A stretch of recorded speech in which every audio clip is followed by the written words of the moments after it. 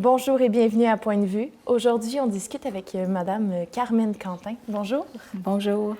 Donc, pour commencer, je demande toujours un petit peu aux invités de se décrire. Quelles sont vos qualités? Ce que les gens disent de vous quand ils vous présentent. Bien, habituellement que je suis une personne de bonne humeur, travaillante, souriante, que j'ai des passions, Oui. dont une de mes passions, c'est le verre, le travail du verre. Oui. Qui explique où nous sommes aujourd'hui. Nous sommes dans votre exposition. C'est une exposition solo qui se tient pour les mois de juillet et de août à la mezzanine du Classic Theatre de Cobalt. Oui. Vous faites... parlez-moi un petit peu de votre art. Qu'est-ce que vous faites exactement? Bien, je fais du vitrail. D'ailleurs, c'est comme ça que j'ai commencé il y a 28 ans, en apprenant à faire du vitrail. Et puis, par la suite, j'ai développé avec la fusion de verre, la confection de bijoux, et puis le travail du verre un peu sous toutes ses formes. J'ai même fait un peu de verre soufflé, mais c'est des techniques très différentes qui demandent des types de verre différents. Alors, j'essaie de me limiter au vitrail et à la fusion. Mais dans la fusion, il y a aussi plusieurs techniques que l'on peut aborder. D'accord. Et vous avez commencé, vous me dites, il y a 28 ans. Qu'est-ce qui vous a décidé à vous lancer là-dedans? J'ai toujours aimé le verre, la transparence, la couleur. J'ai toujours aimé la lumière qui passe à travers le verre. Et puis, j'avais à ce moment-là une fenêtre dans notre maison qui avait été faite avec du faux vitrail et ça pelait. Avec la chaleur, le temps, tout ça, ça s'était mis à peler. Et puis, je m'étais dit, je vais apprendre à faire du vitrail et je vais remplacer ma fenêtre. Et comme ça m'avait toujours intéressée, j'ai fini par trouver un instructeur qui m'a montré comment faire. Oui, ici au Témiscamingue? Non, aux États-Unis. Aux États-Unis. Aux États-Unis, malheureusement, il n'y a pas grand monde qui en fait ici de façon, disons, industrielle. Oui, oui. Sauf dans les grands centres, évidemment.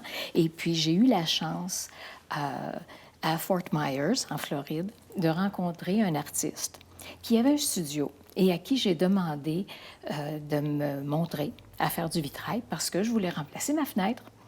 Et puis, petite anecdote, c'est que le monsieur, au début, il a dit que non, il n'y avait pas le temps, mais que si son assistante voulait bien prendre du temps pour me montrer la base, je pouvais venir au studio. Alors, j'en ai parlé avec l'assistante qui m'a dit, ben oui, venez donc lundi matin. Alors, c'est sûr que lundi matin, il n'était pas 8 heures que j'étais déjà devant la porte. Et puis, elle a commencé à me montrer les rudiments. Puis, j'ai fait une pièce, puis une deuxième pièce.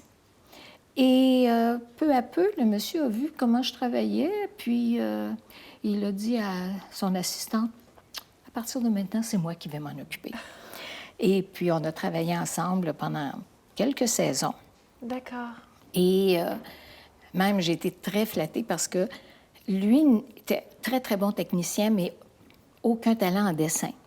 Et j'arrivais, moi, au studio avec mes dessins. Il me demandait, où t'as pris ça? Je disais, je l'ai fait. Ah, pourrais-tu m'en faire un? Pourrais-tu me faire ça ou ça? Alors, je faisais des dessins pour lui. Et puis, c'était un monsieur qui avait un certain âge, qui avait des problèmes de santé. Et à un moment donné, il voulait me vendre sa boutique. Mais je dis, je peux pas. Je peux pas. Et le monsieur s'appelait Henry Ford. OK. Même si on était à Fort Myers, il n'y a aucune relation entre le constructeur de voitures et lui. Oui, d'accord. Mais c'était juste une petite anecdote comme ça. Et puis, je lui ai dit, je ne suis pas américaine, moi. Je ne viens pas ici passer toute l'année. Mon mari travaille encore dans son commerce. Je ne peux pas déménager ici puis devenir américaine, acheter votre business puis tout ça. Alors, on a arrêté ça là. Puis, 2 ans après, il a fermé boutique. D'accord. Et là, je suis allée dans un autre studio pour un peu perfectionner ma soudure. Parce que un morceau de vitrail, c'est beau quand c'est bien coupé, mais aussi quand c'est bien soudé. Parce que des soudures qui ont un 16e puis un quart de pouce, quand c'est pas voulu, ça enlève de la beauté à la pièce. Et des soudures, comme on dit, en moton, c'est pas beau non plus. Alors, là, je voulais me perfectionner et j'ai trouvé une autre instructrice qui, elle, m'a donné tous les cours, tous les trucs du métier pour réussir à faire des belles soudures. Par la suite, je suis allée à des conventions, conventions de verre, où j'ai commencé à toucher la fusion en me disant toujours non, non, non, je ne touche pas à ça. C'est tout un autre type de verre que celui de vitrail. Ça me prendrait comme 2 collections complètes de verre. On ne touche pas. Alors, c'était pendant plusieurs années, mais il y avait le petit démon en arrière de ma tête là, qui disait « ce serait le fun de faire ça ». Et puis finalement, bien, je suis plongée dedans. Et j'ai suivi des cours, là, ici au Canada, à Barrie, dans un studio de verre qui avait fait venir un artiste qui faisait de la fusion. Puis, alors, je suis allée et j'ai commencé ça. Et puis, évidemment, j'ai eu la piqûre. Alors, j'ai commencé aussi à faire du verre de fusion. Ce qui fait que maintenant, je fais les deux. Oui, la fusion et le vitrail. Est-ce que vous touchez d'autres médiums autres que le vitrail et la fusion? La peinture. Oui, aussi. Parce que, d'abord, pour faire mes patrons, il faut, c'est sûr, avoir ou des patrons déjà achetés, ou bien moi, j'aime bien les faire moi-même parce que je fais beaucoup de commandes qui sont des commandes privées. Les gens m'amènent une photo, quelque chose, un objet, et me demandent « Est-ce que tu pourrais me faire ça en vitrail? » Alors, je vais le faire, ou me donne un thème. Alors, je fais un dessin, je propose, et les gens, disent oui ou non, ou j'aime ça, mais j'aime moins ça. Alors, on fait les modifications selon les besoins des gens, l'endroit où ils vont mettre le vitrail, les couleurs qu'ils veulent avoir dans cette pièce-là. D'accord. Alors, c'est pour ça que je fais du dessin, je fais de la peinture. J'ai appris l'aquarelle avec Madame Laura Landers ici, en Ontario. Et j'ai suivi des cours de perfectionnement pour faire, par exemple, les yeux, des petites choses comme ça, des perfectionnements. Je fais aussi un peu d'acrylique et aussi je fais de la poterie parce que pour faire les pièces de verre que j'ai, si ce n'est pas une plaque, si on veut donner une forme, il faut avoir un moule pour le former. Or, il y a des moules en métal. Je ne travaille pas le métal, mais je travaille la poterie, l'argile.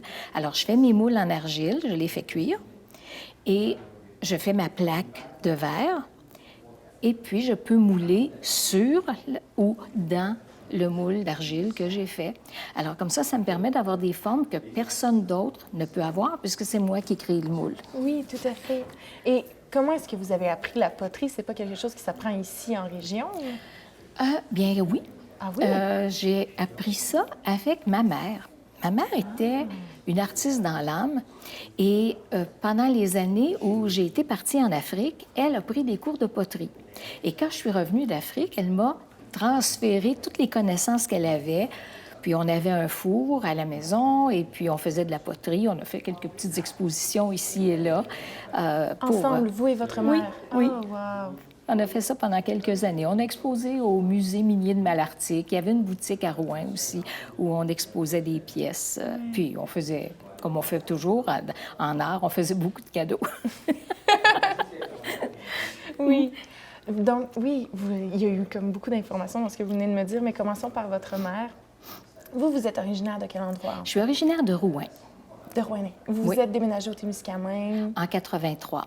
Donc, quel âge vous aviez à peu près dans ces temps-là, si ce n'est pas indiscret, bien sûr? J'avais 34 ans quand je suis arrivée au Témiscamingue. D'accord. Vous êtes originaire de Rouen. Est-ce que vos parents étaient originaires de là-bas aussi? Ma mère est originaire de Montréal. Mon père était originaire de Guérin, mais tout jeune, ma mère et sa famille a déménagé pendant le temps de la crise et ils ont déménagé à Relais. Ah oui, d'accord. Et puis, ils ont vécu toute leur vie d'adulte à Rouyn-Noranda. Dans ce temps-là, c'était Rouen et Noranda. Alors, eux, ils étaient du côté de Rouen. OK. Et c'est ça, j'ai passé toute mon enfance à Rouyn-Noranda. D'accord. Est-ce que vous avez déjà déménagé avant de vous en aller au Témiscamingue? Ah, bien, j'ai fait une partie de mes études universitaires à Rouen. Ensuite, j'ai fait une autre partie à l'Université du Québec à Trois-Rivières. D'accord. Et de là, bien, j'ai déménagé en Afrique du Sud pour 3 ans, où j'ai enseigné à l'université qu'on appelle UNISA, University of South Africa. Et puis, quand on était en vacances de l'université, j'ai travaillé à l'ambassade de France aussi, comme secrétaire, du deuxième secrétaire. Et puis, le travail à l'université commençait à 7 heures le matin et finissait à 1 heure. Et après ça, j'avais le travail de préceptrice privée pour des enfants de l'ambassade de France et de l'ambassade d'Italie. J'avais OK. 4-5 enfants à m'occuper parce que les gens qui travaillent dans les ambassades, euh, leurs enfants suivent un cursus qui est le même que dans leur pays d'origine. Alors, Oh. les petits Français reçoivent des cours qu'ils devraient suivre s'ils étaient en France. Ils vont à l'école dans le pays où leurs parents sont stationnés, mais ils doivent aussi faire le même cursus que les enfants dans leur pays d'origine. Ah bon? Et c'est pas tous les parents qui ont la patience d'enseigner à leurs enfants. Alors, on me demandait, moi, d'enseigner. Ben, j'enseignais le français, la géographie, les mathématiques, mais c'est comme au niveau secondaire, fin primaire et secondaire. D'accord. Vous apportiez un plus à leur formation. C'est ça, c'était un soutien Ouais. technique, si on peut dire. J'aidais les enfants à faire leurs devoirs, à apprendre leurs leçons pour se qualifier pour les examens de leur pays qu'ils allaient recevoir à la fin de l'année. Ah, d'accord. Comment vous trouviez ça? Est-ce que c'était facile comme clientèle, des jeunes enfants comme Ah, ça? c'était adorable. Oui? Oui, oui, j'avais vraiment des bons enfants. J'ai été choyée. On avait beaucoup de plaisir ensemble. Et Ouais. puis parfois, bien, il y avait d'autres petites choses à faire. Pendant qu'ils faisaient leurs leçons, bien, ils demandaient, « Oh, écoute, ma mère, elle ne sait pas coudre. Est-ce que tu pourrais refaire mon bord de pantalon? » Oh! Alors, je suivais les travaux des jeunes en faisant ça. Et c'était très agréable. Oui. Et le travail en ambassade aussi était très agréable. Oui. Ah oui. Mais ça devait être quand même ça devait être quand même un peu moins joyeux comme travail. Je sais pas en quoi ça consistait. Mon travail consistait à faire les revues de presse. D'accord. Donc, lire les articles de journaux sur les sujets que l'ambassadeur voulait, disons, approfondir. Oui. Et puis là, bon, on passait en revue, bon, ben, telle nouvelle, c'est plus important, ou telle autre. On faisait un cahier de, je ne sais pas si on peut appeler ça un cahier de presse, mais en tout cas, on faisait un genre de montage et puis on présentait ça à l'ambassadeur pour le lendemain ou pour le midi. Ça dépendait là, pour quand il y avait D'accord. besoin d'avoir l'information. Et puis, c'était une vie très agréable. Oui, ça devait être assez. Il devait avoir quand même une certaine pression. Tu sais, vous deviez avoir des Un deadlines peu, un oui. peu. Ah oui, il y avait un peu de stress pour ça, mais quand on est jeune, qu'est-ce que c'est avoir un petit peu de pression? Ça peut en mettre certains sur le carreau, veux pas. Oui, mais en tout cas, ça allait, Oui, ça allait bien, c'était agréable. Et puis, on avait des belles réceptions, des beaux cocktails. Oui. On était gâtés. Ah oui? Oui, Bon. oui, on était gâtés. Mais je vais revenir sur l'Afrique un petit peu plus tard. Je vais commencer vraiment par le début. Votre mère, en fait, votre mère et votre père, comment est-ce qu'ils étaient? C'était des gens simples, mais des gens formidables en même temps. D'accord. Des gens qui avaient vécu, chacun de leur côté, en étant enfants, des périodes très, très difficiles. Oui. Périodes de colonisation, ou presque, là. Oui. Et c'est des gens qui avaient appris à travailler, à se débrouiller, à faire le maximum avec le minimum. Oui. Et des gens qui étaient dévoués, qui aimaient aider les autres, que ce soit dans la famille ou les voisins. C'était des gens qui étaient avec des belles valeurs. Oui. Des belles valeurs qui nous ont transmises à mon frère et à moi. Oui, parce que vous avez un frère, vous êtes deux dans la famille. On est une grosse famille de 2, parce que chacun de mes parents était des familles de 6-8. Oui. Et bon, nous, on n'était que 2 chez nous, et mon petit frère, 11 ans de plus jeune que moi. Ah, pourquoi une telle différence? d'âge? Bon, je n'en sais rien. La vie Ah a fait que c'est comme ça. D'accord. C'est ça, mon petit frère est arrivé sur le tard. Oui. Euh, comment était votre relation avec chacun de vos parents, là, respectivement?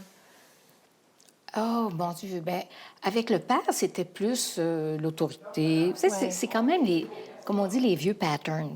Oui, oui. Tu sais, le papa, c'est l'autorité, c'est plus rigide, Oui, oui, tout à fait. c'est moins démonstratif. Aussi.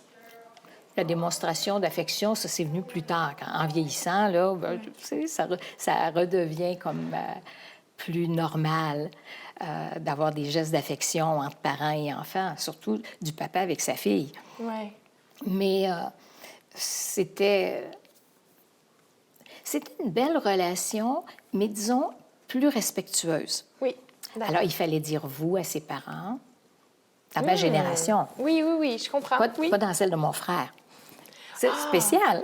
Oui. Mais oui, parce qu'à 11 ans, c'est presque une génération de différence. C'est vrai. Alors, on n'a pas été élevés de la même façon, mais on a été élevés avec les mêmes valeurs. D'accord. Alors, et avec ma mère, de son côté artistique, et parce que c'était une personne qui était très démonstrative et très affectueuse, bien là, on avait des liens beaucoup plus près mère-fille, Oui. et évidemment. Et puis, côté artistique, bon, on se comprenait très bien. On travaillait très, très bien ensemble aussi pour faire de la menuiserie, de la poterie, n'importe quoi, en tout cas, qu'il y avait à faire à la maison. On faisait ça ensemble, puis on avait beaucoup d'agréments Oui. à faire ça. Est-ce que vos parents travaillaient? Ma mère, non, n'a jamais travaillé. Elle était mère au foyer, puis elle faisait un travail à plein temps. Oui, oui. Et mon père, oui, lui, travaillait. Il travaillait, comme on disait, sur le transport. Ah, Il était camionneur. D'accord.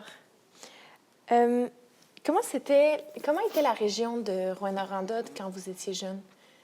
C'est quoi les différences avec aujourd'hui, disons?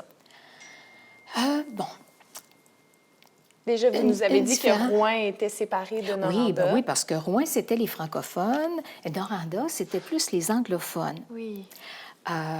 D'ailleurs, quand j'allais à l'école primaire, j'avais une très grande amie. On est restés amis jusqu'au jour de sa mort, d'ailleurs. Et nous deux, on était de Rouen. Mais il y avait deux autres amies qui, elles, étaient de Noranda. Et quand on est allé au couvent, les quatre, on est devenus des inséparables. D'ailleurs, les trois survivantes, on est encore des inséparables, même si on n'est pas dans la même région, mais ça fait rien. On est très, très près l'une de l'autre. On se voit le plus souvent possible. Dire le Rouen de ma jeunesse, c'est drôle parce que le premier souvenir qui me vient à cette question-là, c'est les trottoirs de bois. Oh! Parce que je me rappelle, on allait voir ma tante qui habitait à Noranda, et tout le long, bien, c'était les trottoirs de bois. Et il fallait faire attention. Les dames en talons hauts, là, c'est quand même risqué Oui, là, dans j'avoue. les fentes. Et puis, la richesse, le plaisir au printemps de voir les trésors qui étaient tombés entre les fentes. Ça pouvait être une bille, ça pouvait être une vieille clé, mais il y avait plein d'objets qui traînaient là, comme ça, qui avaient fondu, qui étaient en dessous des trottoirs. Wow! Et puis là, bien, devant la maison, on balayait notre portion de trottoir, tout le monde. Quand on a eu les trottoirs en ciment, bien, c'était la même chose. Ce dont je me rappelle aussi, c'est qu'il y avait un grand terrain vague qui séparait Noranda de Rouen.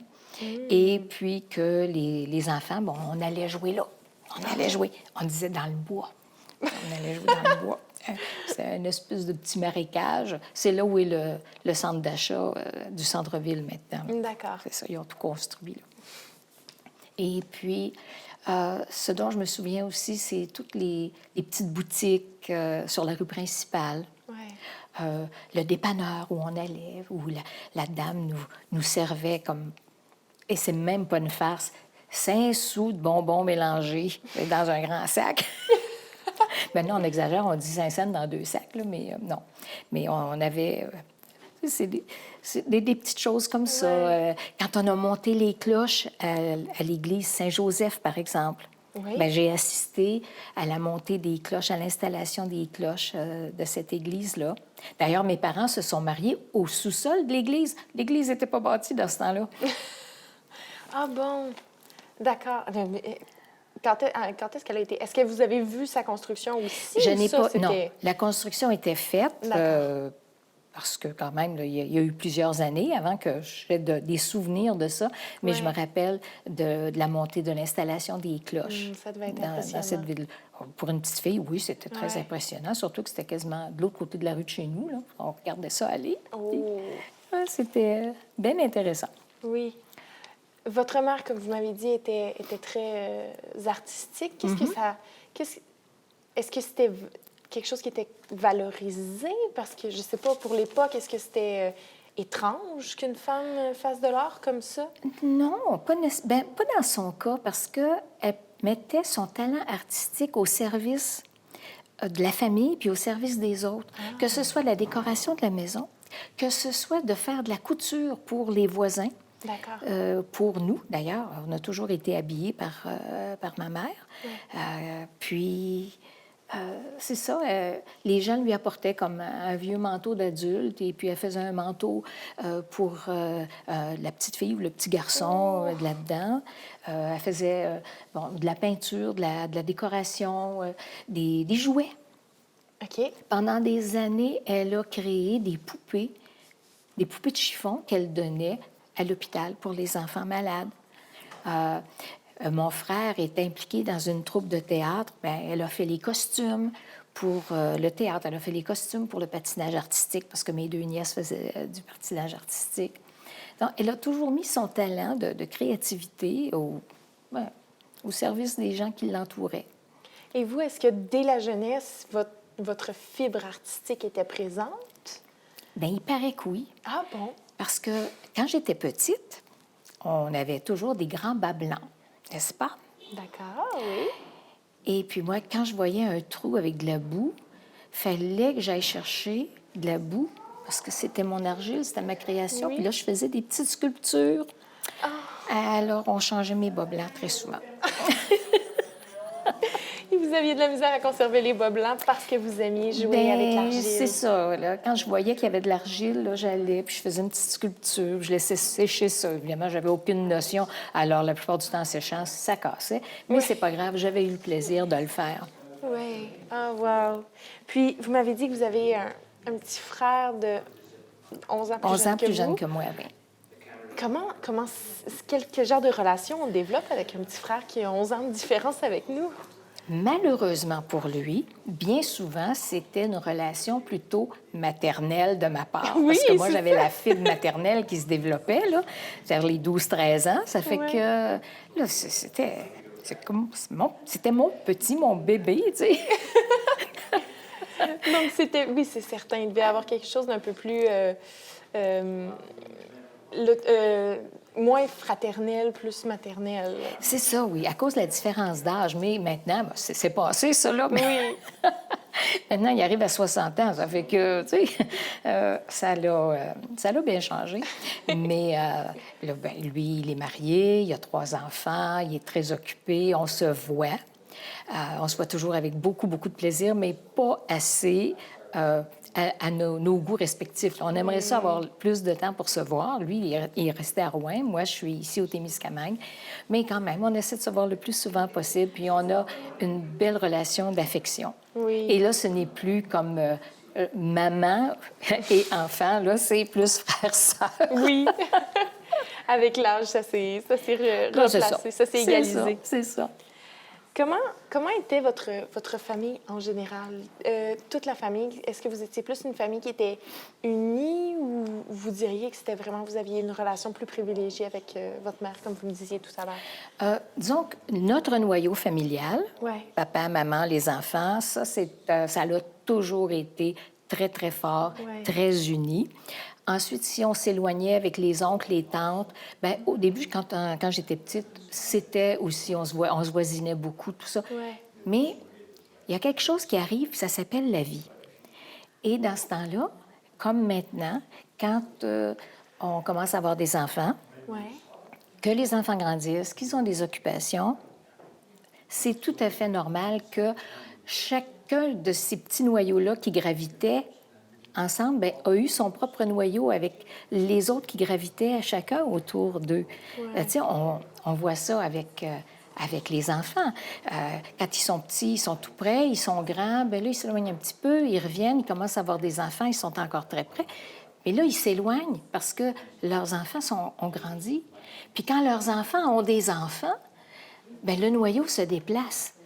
Alors, ça devient, je ne sais pas si on faisait comme un peu de physique, là, c'est comme un noyau qui commence à avoir beaucoup de petits noyaux qui, eux autres aussi, en ont autour d'eux. Ça fait que c'est un peu normal. L'affection est là. Maintenant, c'est sûr qu'avec le temps, j'ai perdu beaucoup de mes oncles et de mes tantes. Oui. Les cousins, cousines, bien là, on se voit très peu. Ouais. Tu sais, il y a des... Je pense que quand on arrive au niveau cousin-cousine, dans la vie, en tout cas dans la mienne, avec mon expérience, c'est plus une relation d'amitié. Si tu as fait une belle relation d'amitié avec un cousin ou une cousine, ça va rester plus que juste, ben c'est le fils ou la fille de mon oncle ou de ma tante, un tel. oui. Tu sais, on se voit moins. Et il y a certains cousins et cousines que je ne vois jamais, puis il y en a que je vois de temps en temps. D'accord. Oui. Oui. Pour vos parents, quel genre de fille vous pensez que vous étiez? Ma mère m'a toujours dit que j'étais trop sage. Ah, bon. Pourquoi trop? Ben, c'est parce que j'ai pas vraiment eu de crise d'adolescence. J'ai manqué quelque chose à quelque part, il paraît. C'est ce qu'elle vous disait? Non, ben, elle me disait toujours, toi, tu étais tellement sage, tellement raisonnable. Ben, plus vieille de famille, responsabilité, je sais pas. J'ai jamais, moi, j'ai jamais été une enfant difficile. Moi, on me disait, c'est ça, ben oui, c'est ça. Je pense que la première fois que j'ai désobéi à mes parents, j'avais 20 ans. Oui, j'avoue que c'est un peu tard pour une première. C'est tard, hein? C'est tard. J'avais du retard à quelque part. Qu'est-ce que vous retenez le plus de vos parents? La loyauté, l'intégrité, l'amour du travail bien fait, l'ouverture aux autres, d'essayer d'aider, d'apporter quelque chose de productif, de positif autour de soi. Je pense que c'est ça que je retiendrai le plus. Wow! Est-ce que vous avez connu dans votre famille, dans votre jeune famille, des périodes de pauvreté, de difficultés un peu plus? Ah, quand j'étais très jeune, oui. Oui. Oui, parce que bon, il n'y avait personne de très riche dans le temps, mais on était super riches comparativement à ce que mes parents, eux ont vécu. Oui. Mais non, je me rappelle, dans le temps, le salaire de mon père était de 54 par semaine et on payait 52 de loyer par mois. D'accord. Bon. Oui. Et c'est pour ça que ma mère prenait tous les petits bouts de tout, puis essayait de tirer un maximum de ça. Donc, coudre les vêtements, faire des jouets, des choses comme ça. Oui, on se débrouillait, c'est ça, faire le maximum avec le minimum. C'est ça, oui. Mais je pense qu'un peu tout le monde, à cette époque-là, était comme ça. Parce que quand même, tu sais, on parle des années 50, là. Oui. C'était pas une période qui était très, très facile dans la région. Il y avait eu la grosse grève à la mine Noranda. C'était pas évident. C'était pas évident. Les gens n'étaient pas super riches, mais tout le monde était de bonne humeur. Tout le monde était heureux. On s'entraidait, on se voisinait, puis on se faisait un petit pique-nique, là. Ben, c'était vraiment quelque chose de beau. Puis on ne pensait pas à prendre des vacances non plus. Dans ce temps-là, les gens ne prenaient pas de vacances. Très peu, très choyés par la vie. Mais on allait faire une balade en auto quand on avait une auto. On allait à la pêche. Je me rappelle, on était allé à la pêche en taxi parce qu'on n'avait pas de voiture. Oui, d'accord. Puis mon père avait envie d'aller à la pêche. Alors, on a pris un taxi, puis on est allé à la pêche, puis le taxi est venu nous rechercher, puis on est revenu à la maison. Oui. Ah oui. Ah, wow! C'est... oui, vous vous arrangiez pour avoir du plaisir quand même. Mais il devait y avoir quelque chose aussi de plus heureux de ce que j'entends, de ce que vous me dites. Le fait de vivre en communauté enlevait un peu de malheur dans ce que vous viviez?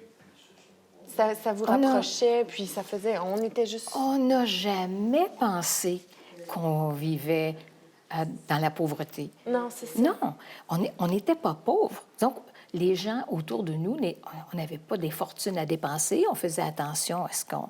Mes parents faisaient attention à ce qu'ils dépensaient. Oui. Ils étaient sages. Mais jamais, jamais, on s'est dit, ah, on est pauvre. Non, Non. on ne l'était pas. On ne l'était pas parce qu'il y en avait qui étaient bien pires que nous. Oui, oui. Puis on n'a jamais été comme stigmatisé ou traumatisé par ça. Ça n'existait pas, ça. Oui, je comprends. Maintenant, allons sur quelque chose un peu plus joyeux. Lorsque vous étiez enfant, est-ce que vous vous souvenez qu'est-ce que vous vouliez faire plus tard? Il y a une chose que je me disais quand j'étais au couvent, parce que j'étais au couvent des religieuses. Oui. Et puis, je voulais devenir technicienne de laboratoire. Je voulais faire de la recherche, bien, plus que technicienne, je voulais faire de la recherche. En laboratoire, en biologie. La biologie m'intéressait beaucoup, même à un moment donné. J'étais allée... Il y avait un marché au Forum de Rouen. Les fins de semaine, il y avait un marché en dessous des estrades. On rentrait par l'extérieur et il y avait des bouchers, là. Et puis, j'étais allée chercher des yeux de cochon parce que je voulais les disséquer, puis je voulais savoir comment c'était fait, qu'est-ce qu'il y avait dans un œil. Alors, malheureusement, pour les pauvres petits animaux, disséquer des grenouilles aussi. Oh, Mais je les anesthésiais avant, là. Je les où, piquais. où l'idée vous est venue de faire ça? Parce que je veux dire, maintenant, on fait ça dans La les cours de curiosité. sciences. J'étais curieuse. Vous vous êtes dit, ah, cette grenouille, je vais être capable de la... Je dis, Je vais pouvoir... comment c'est fait à l'intérieur? C'était juste de la curiosité. wow. C'est comme pour tout le reste, là. Tout le reste de ce que j'ai fait ou que je fais, c'est je suis curieuse, je veux savoir comment c'est fait, pourquoi c'est fait, comment ça marche. Pendant des années et des années, là, je me suis résolue, mais mon idole, Oui? c'était un monsieur du 14e siècle qui s'appelait Pic de la Mirandole. Et ce monsieur-là, à son époque, avait des connaissances dans tous les domaines qu'il y avait à ce moment-là. Puis ça aurait été mon rêve, de savoir des choses en astrologie, en astronomie, en biologie, en médecine, en art, en mathématiques.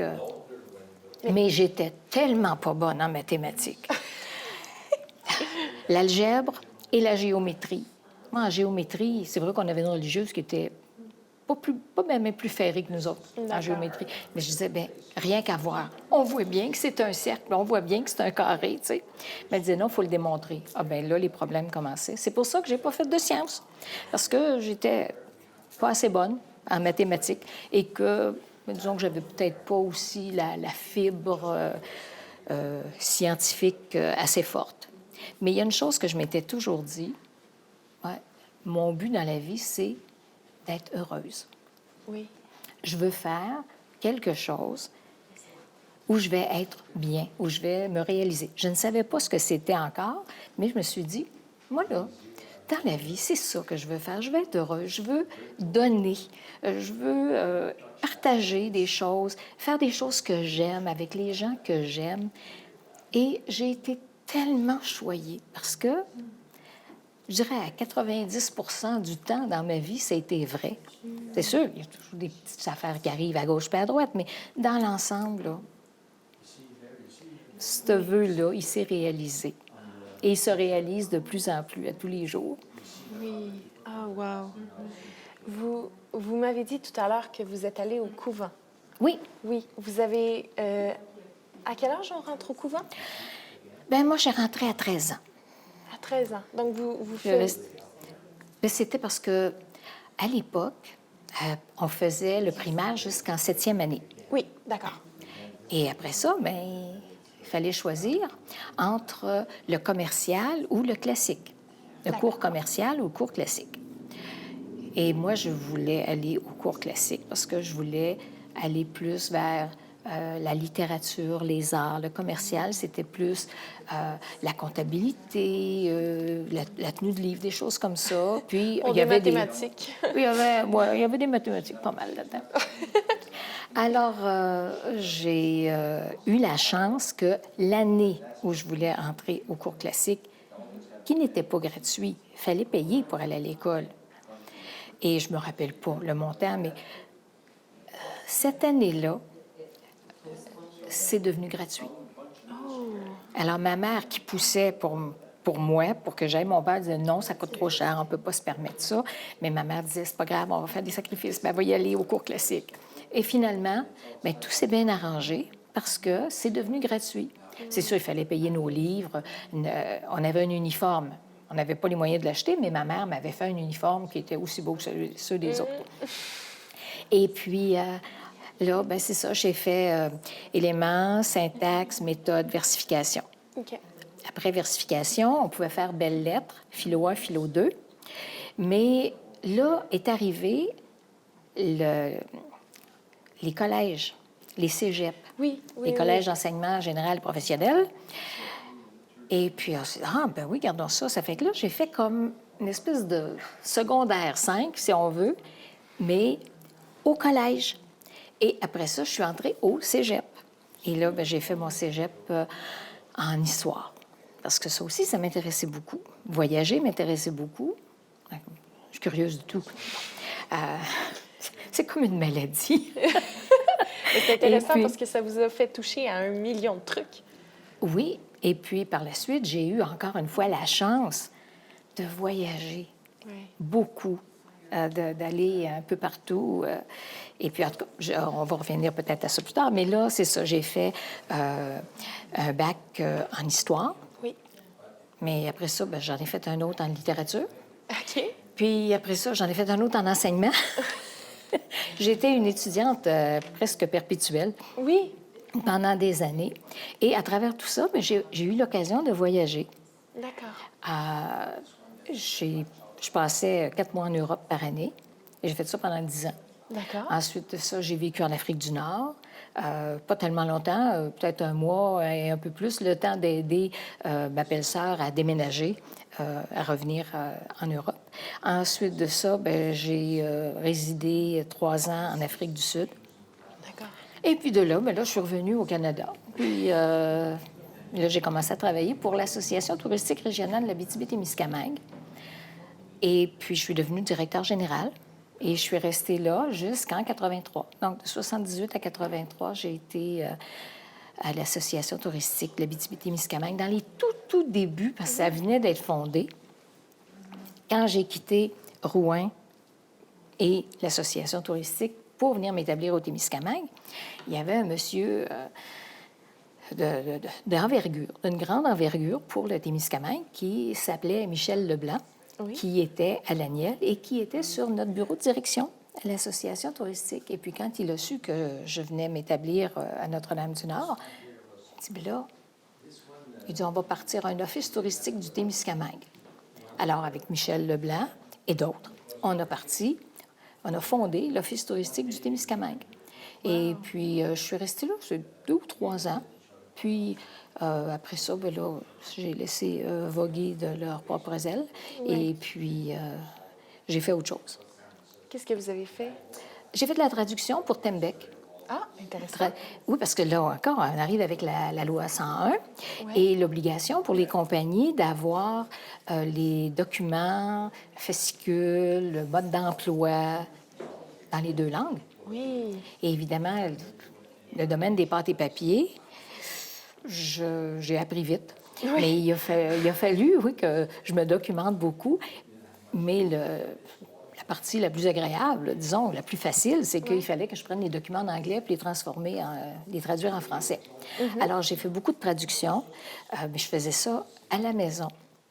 OK. Ça allait très bien, mais à un moment donné, il y avait besoin de quelqu'un qui soit sur place. Et puis là, j'ai dit, non, je suis très flattée, ça m'intéresserait. Mais à ce moment-là, mon conjoint était sur le point de prendre sa retraite. Je ne suis pas pour commencer à travailler à temps plein. quand lui prend sa retraite, qu'on ait enfin du temps ensemble parce qu'il était très, très occupé. D'accord, Alors, oui. c'est ça. Maintenant, nous sommes très, très occupés, mais ensemble, à faire plein de projets. Oui, vous profitez de votre retraite, comme on dit. Oui, au maximum, c'est occupé, c'est employé au maximum. Wow. Oui. Comment est-ce que comment est-ce que vous vous êtes formée pour devenir traductrice? Parce que c'est ça, ça laisse sous-entendre que vous avez appris l'anglais. Est-ce que vous l'avez appris très jeune? Ben, j'ai commencé comme tout le monde à l'école primaire. Oui. Puis au secondaire, on avait une religieuse qui était une Irlandaise. Ah, d'accord. Et on a eu du plaisir avec cette religieuse-là. Elle nous faisait rire en nous faisant apprendre. Ah oui. Fait que, tu sais, apprendre une langue seconde, parfois, ça peut être rébarbatif pour les jeunes, mais elle avait tellement le tour de nous montrer, de nous expliquer, de nous faire rire. Alors, avec elle, bon, ben, on a beaucoup appris. On lisait, mais évidemment, on n'avait pas de pratique. Et même si je continuais à lire un peu, que je baragouinais, je ne dirais pas que je parlais, je baragouinais l'anglais. Quand j'ai déménagé en Afrique du Sud, Oui. j'ai pas eu le choix. Parce que c'était soit l'anglais, soit l'afrikaans.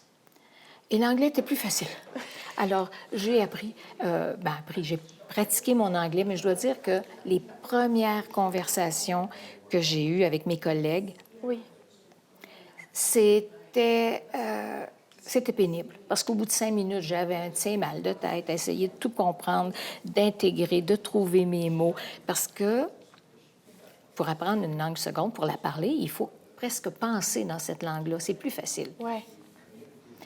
Alors, je me rappelle encore sur la porte d'armoire de cuisine, face à mon évier, j'avais des listes de mots, des verbes, j'avais tout écrit ça. Puis quand je lavais la vaisselle, j'apprenais, j'essayais de mémoriser des phrases, des choses comme ça, des expressions de la place, parce que c'est bien beau de dire que la plume de ma tante est sur le piano de mon oncle, là, comme on apprend, mais il faut connaître les expressions du lieu. Et puis, je ne sais pas comment ça s'est fait. C'est le bain linguistique, j'imagine. Mais au bout de quelques semaines, même, je dirais même pas quelques mois, peut-être 6 à 8 semaines, les mots venaient. Je comprenais de mieux en mieux, de plus en plus. C'était extraordinaire. Alors, je pouvais converser plus facilement. Puis, je travaillais en français à l'université parce que je donnais des cours. Je dois dire que l'Université d'Afrique du Sud, c'est une université télémédiatisée. C'était une des premières, je pense, dans le monde à faire ça. On faisait des cassettes, on enregistrait du film où on expliquait les choses, soit de la littérature ou bien les exercices de langue à faire. On envoyait des documents aux gens, mais c'était à travers le monde. Et les gens, après ça, nous renvoyaient ça, puis on corrigeait les copies. Wow. Et on allait, on allait à Cape Town, à Durban, à Johannesburg, à Port-Elizabeth, pour donner des cours pour les gens qui pouvaient se rendre là. On faisait une session de quelques jours, par exemple, avec des élèves sur place. C'est toujours mieux d'enseigner une langue en situation de proximité que à distance. Là. Alors, on faisait ça comme ça. Alors, là, j'ai dû développer. Mais juste pour dire comment l'oreille s'habitue, quand j'étais en Afrique du Sud, on rencontrait des gens qui venaient d'Australie, que c'était difficile à comprendre. C'est certain. Il y a quelques années, on est allé en Australie. Bien, il n'y avait rien là. On les comprenait très bien. Notre oreille s'est habituée. Vous êtes habitué, oui. C'est ça. Puis, après ça, bien, j'ai travaillé. J'ai vécu en anglais aux États-Unis. Là aussi, on s'habitue avec les divers accents. Et puis, c'est ça. Maintenant, quand je lis un livre, quand je vois un film, quelques semaines plus tard, je ne peux pas se dire si je l'ai vu ou entendu en français ou en anglais. Oui, vous êtes vraiment rendu parfaitement bilingue maintenant. Oui, j'apprends toujours des nouveaux mots quand je lis beaucoup. Alors, quand je tombe sur un mot que je ne connais pas, tout de suite le dictionnaire, là, je fais une recherche pour savoir. J'aime communiquer avec les gens. Quand ma copine, qu'on se connaît depuis bien des décennies. Et moi, on a décidé d'aller en Italie. Elle est formidable en langue. Et puis, moi, je n'étais pas pire pantoute non plus. Quand on est arrivé là, les premières fois, bien, on avait appris à dire oui, non, merci, s'il vous plaît, pouvez-vous répéter lentement? Et puis, on tirait à pile ou face qui appelait pour faire une réservation d'hôtel. OK. Parce que c'était en italien. Mais au bout de 2 semaines, on comprenait. Puis au bout de 2 mois, on parlait. Puis maintenant, encore, je suis capable de le lire, je le comprends, mais j'ai perdu la pratique, j'ai pas d'occasion de... Mais ça revient très, très vite. Alors, les mots qu'on a entendus dans une langue seconde quand on est jeune, ce qu'on a appris quand on est tout petit à l'école primaire en anglais, le jour où on est mis dans un bain linguistique, ça revient. Oui. Là, on a beaucoup parlé, on a beaucoup parlé de votre passé quand vous êtes allé en Afrique et tout ça. Qu'est-ce qui vous a décidé, en fait? Vous êtes parti en Afrique pour travailler, mais c'est quand même un gros coup à donner. Qu'est-ce qui vous a motivé? Est-ce que vous aviez des craintes? Ce n'était pas ma décision. Ce n'était pas votre décision, d'accord. Non, c'était la décision de mon premier conjoint qui, lui, s'en allait là remplacer sa sœur qui enseignait dans une université, puis elle a changé d'université et il s'en allait remplacer sa sœur pour travailler à cette université-là. Oui, d'accord. Votre premier conjoint, vous l'avez rencontré comment? Au cégep. Au cégep, Oui. vous étudiez ensemble? Non, il était professeur. Ah, il était professeur, Oui, d'accord. il était professeur. Moi, j'étais étudiante. C'était un Belge. D'accord. Et puis, on allait en Europe. C'est pour ça qu'on allait en Europe 4 mois par année. Oui, c'était pour aller dans sa famille. C'est ça, on allait dans sa famille. On visitait à gauche et à droite. Oui. Et puis, à un moment donné, on est en Afrique tous les deux. C'était, comme j'ai dit, c'était pas ma décision d'aller là, quoique j'ai fait le maximum avec ce que j'avais là-bas. Oui. Et j'ai tourné ça en expérience très plaisante. J'ai rencontré des gens formidables là-bas. Mais à un moment donné, quand ça va pas bien dans le couple, pourquoi rester là? J'avais envie de revoir ma famille. Mes parents s'ennuyaient beaucoup. Alors, j'ai décidé que, bon, c'était assez, c'est assez. Oui, Alors, vous êtes revenu. j'ai changé d'orientation. Je me suis revenue ici. Au lieu d'aller dans le sud, je suis allée dans le nord. Oui, c'est ça, mais pour... D'accord, alors je vais poser ma question dans l'autre sens maintenant. Pourquoi, qu'est-ce qui... Vous n'aviez pas d'emploi qui vous attendait ici. Vous saviez que vous n'étiez plus heureuse en Afrique. C'est ça. Donc, vous êtes revenu ici. Qu'est-ce qui s'est passé à partir de ce moment-là? Parce que vous reveniez, mais à part votre famille, vous n'aviez plus rien. Non, j'avais plus rien, même pas d'assurance de rente, de régie des rentes. OK. Parce que mon ex-conjoint avait décidé qu'on ramassait tout, qu'on ne reviendrait plus jamais au Canada. Oh, mon Dieu. Lui, de toute façon, c'était pas son pays.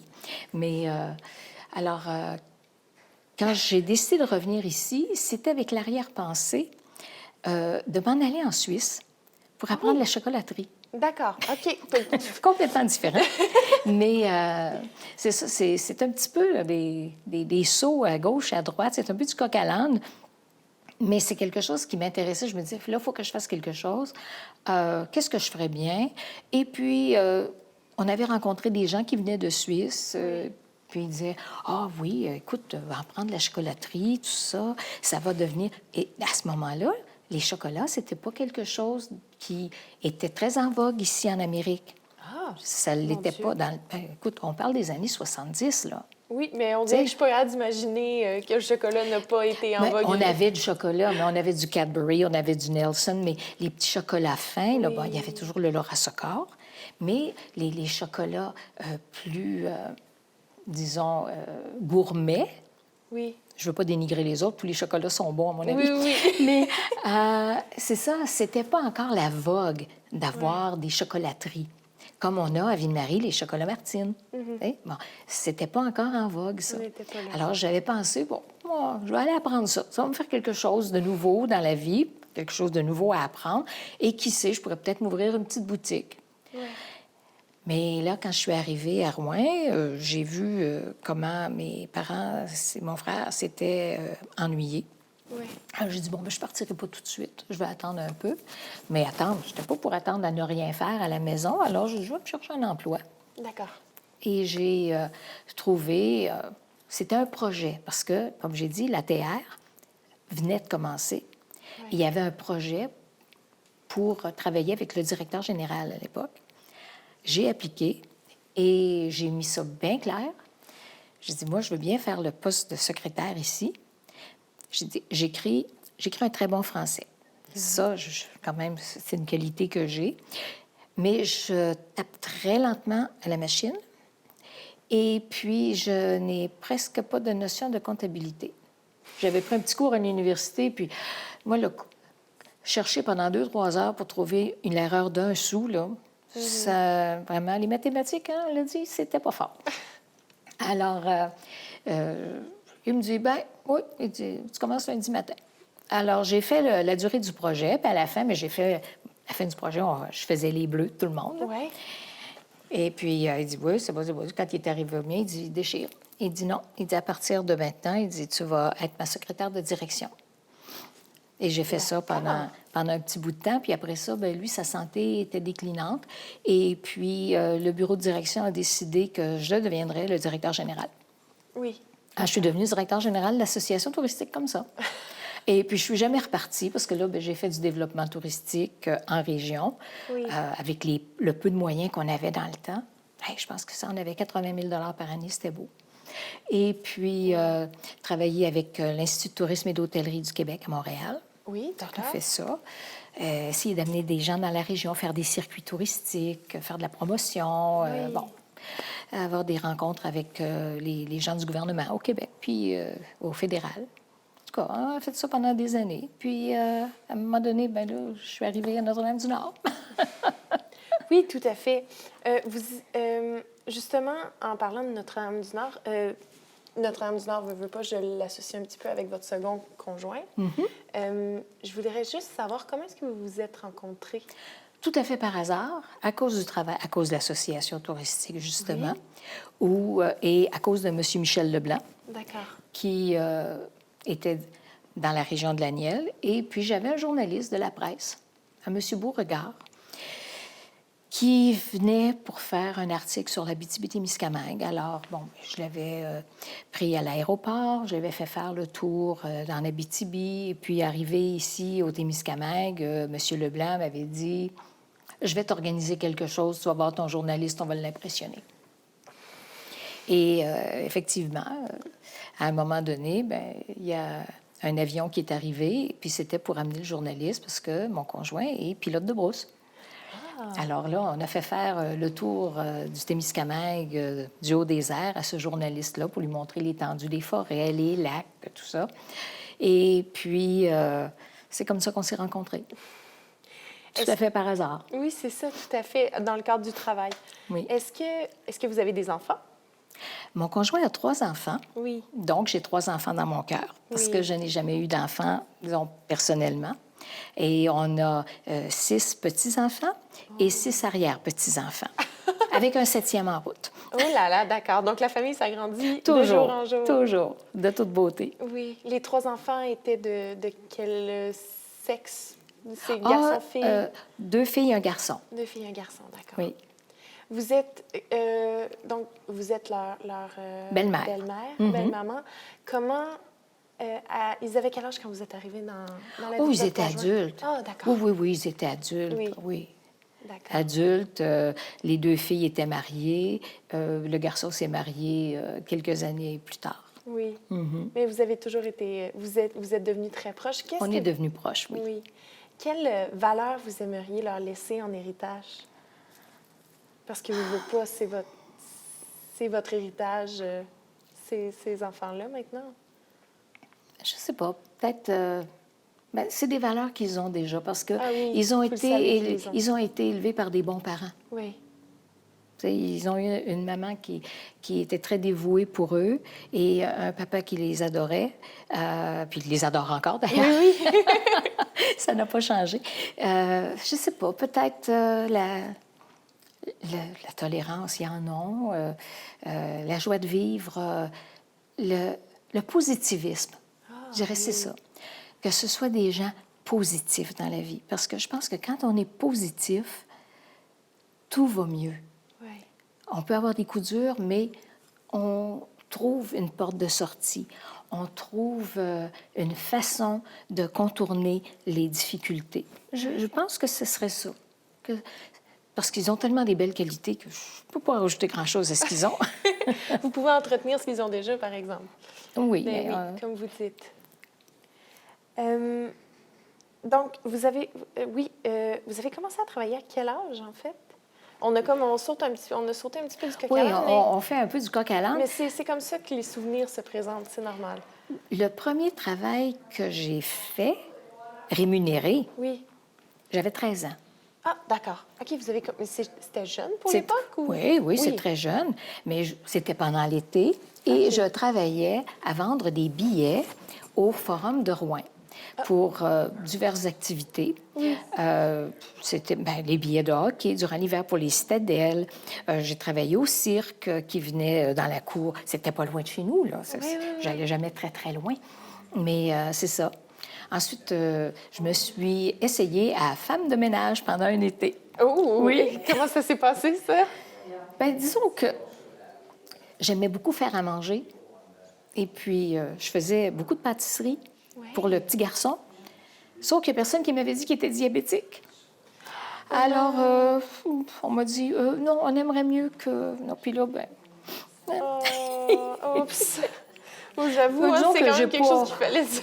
Oui, c'est sûr, mais personne ne me l'avait dit avant. Puis moi, le petit, je lui faisais toutes sortes de desserts, puis des choses comme ça. Puis bon. Non, puis c'est pas lui qui l'aurait dit non plus. Mais non.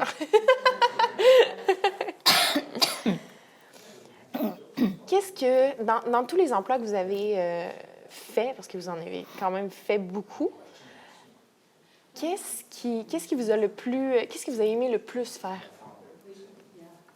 Enseigner. Enseigner, oui. Oui, parce que c'est quelque chose que je pense que c'est inné en moi. Oui. D'essayer de transmettre l'information, transmettre la connaissance.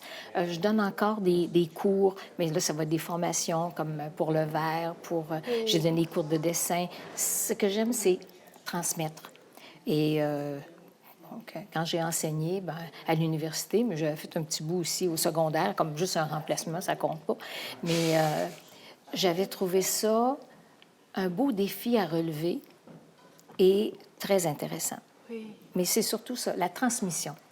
Transmettre les émotions, transmettre les connaissances.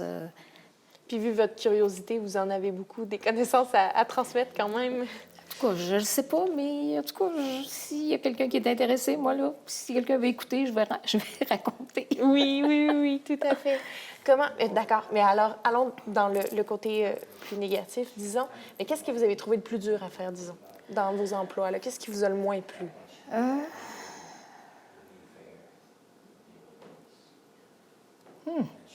C'est une bonne question. Oui.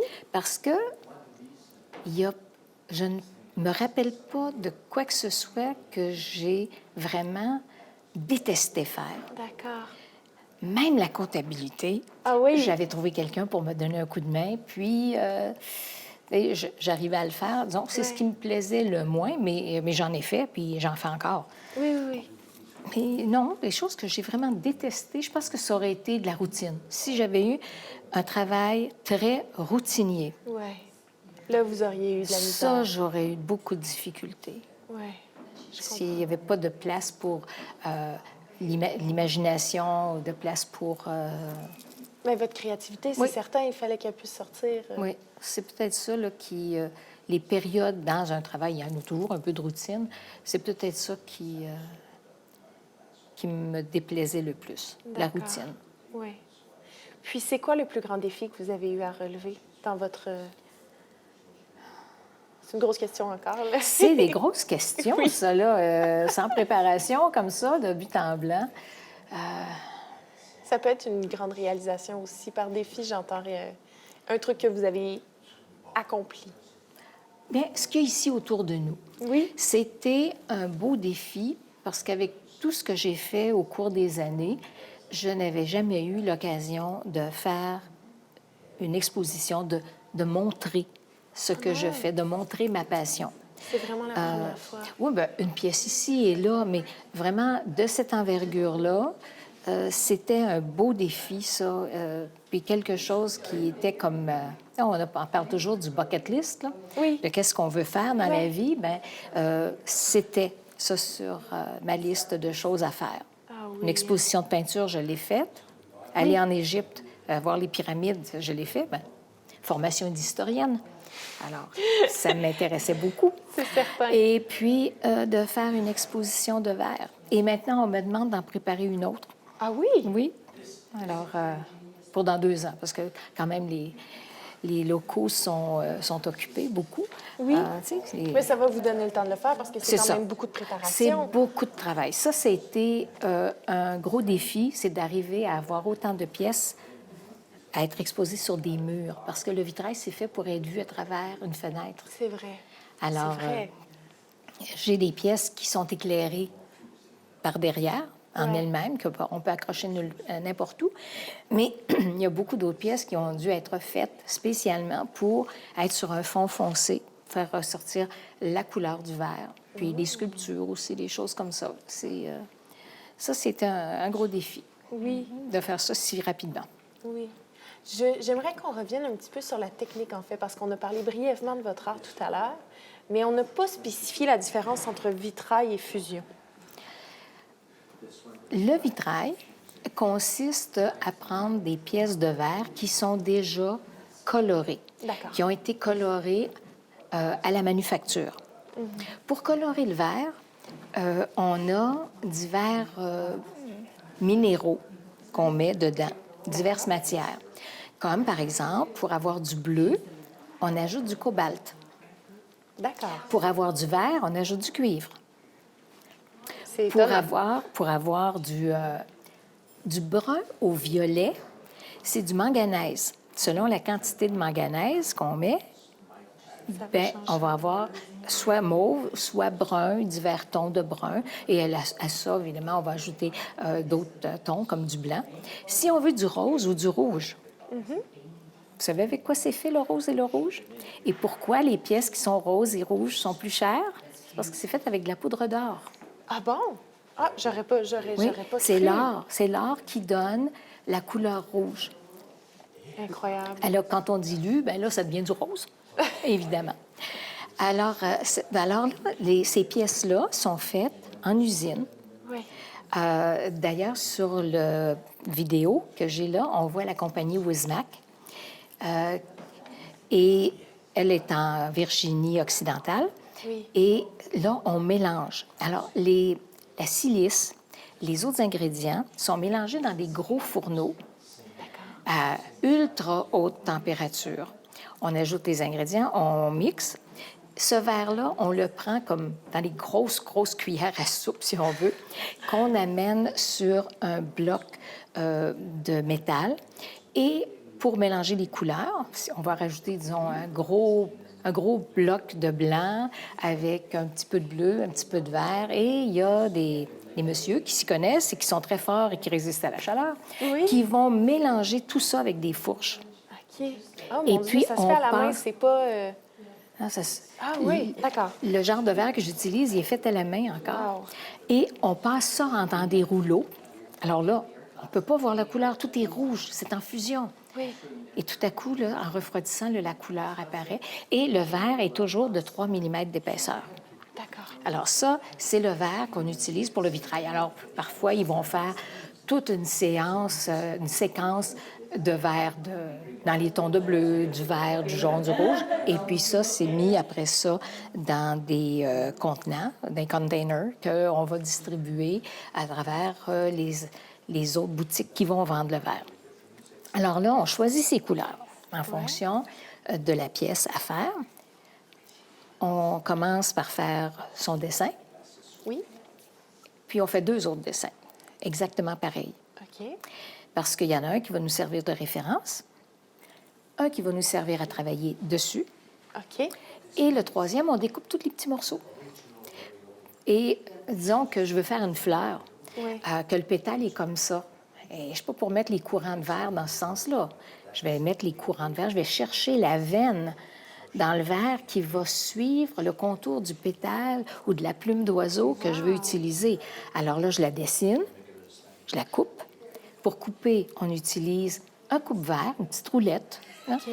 et on ne coupe pas vraiment le verre, on le casse. Parce que là, avec des pinces, on va casser le verre. Une fois que chaque morceau est coupé de la façon qu'on veut, à ce moment-là, on va le meuler Oui, pour oui. éviter de se blesser, puis pour avoir un contour. On va ajuster. Chaque pièce, c'est comme un puzzle. Mais C'est oui. comme si on faisait notre propre casse-tête, là. Et une fois que toutes les pièces sont taillées, on va les enrubanner. OK. Parce que le verre ne se soude pas avec du plomb. Non. Ça ne colle pas le plomb sur du verre, on l'enlève facilement. Alors, ce qu'il faut faire, c'est mettre un petit cordon, un petit ruban de cuivre autour de chacune des pièces, de bien l'aplatir, le faire adhérer parfaitement. C'est un peu comme du fromage à la crème. Il faut vraiment là, bien le faire. Et une fois que toutes les pièces sont faites ainsi, on met tous ensemble et on met un fondant, un acide, qui va faire la réaction avec le plomb. D'accord. Avec un fer, on fait fondre le plomb et on va suivre chacune des lignes. C'est ça qui va donner chacune des lignes du dessin. Quand c'est fait d'un côté, on retourne la pièce délicatement et on soude de l'autre côté parce que là, il y a un peu de plomb qui va aller entre les morceaux. Il faut laisser un peu de jeu pour que ce soit solide. OK. On soude de l'autre côté et après commence la joyeuse tâche du nettoyage. Parce qu'il faut enlever les acides, parce que l'acide va manger le verre ou va changer la couleur. Oui. Alors, on nettoie, on nettoie, on nettoie. On va dans tous les petits creux avec un petit cure-dent ou un petit morceau de bois très pointu. Et puis après, bien, si on veut changer la couleur du plomb, parce que ça, c'est toujours argent. Si on veut en avoir du verdâtre ou du brunâtre ou du noir, bien, on a d'autres acides que l'on met. On passe ça, on appelle ça une patine. Oui. On met la patine.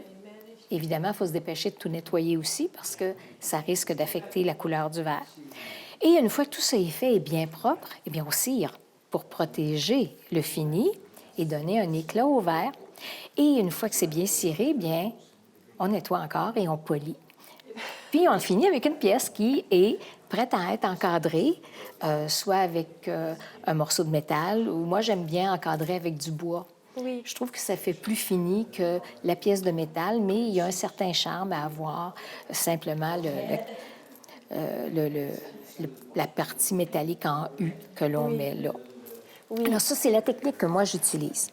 C'est la technique avec soudure, parce qu'on peut aussi utiliser des cordons de plomb où on glisse le verre, mais là, il faut mettre du ciment dedans, puis on ne soude que les joints, que les endroits qui se rencontrent. Mais je trouve que ça ne donne pas de grande solidité. Et comme je fais des pièces qui ont beaucoup de détails, Ouais. on ne peut pas utiliser cette deuxième technique-là de la façon que moi je travaille.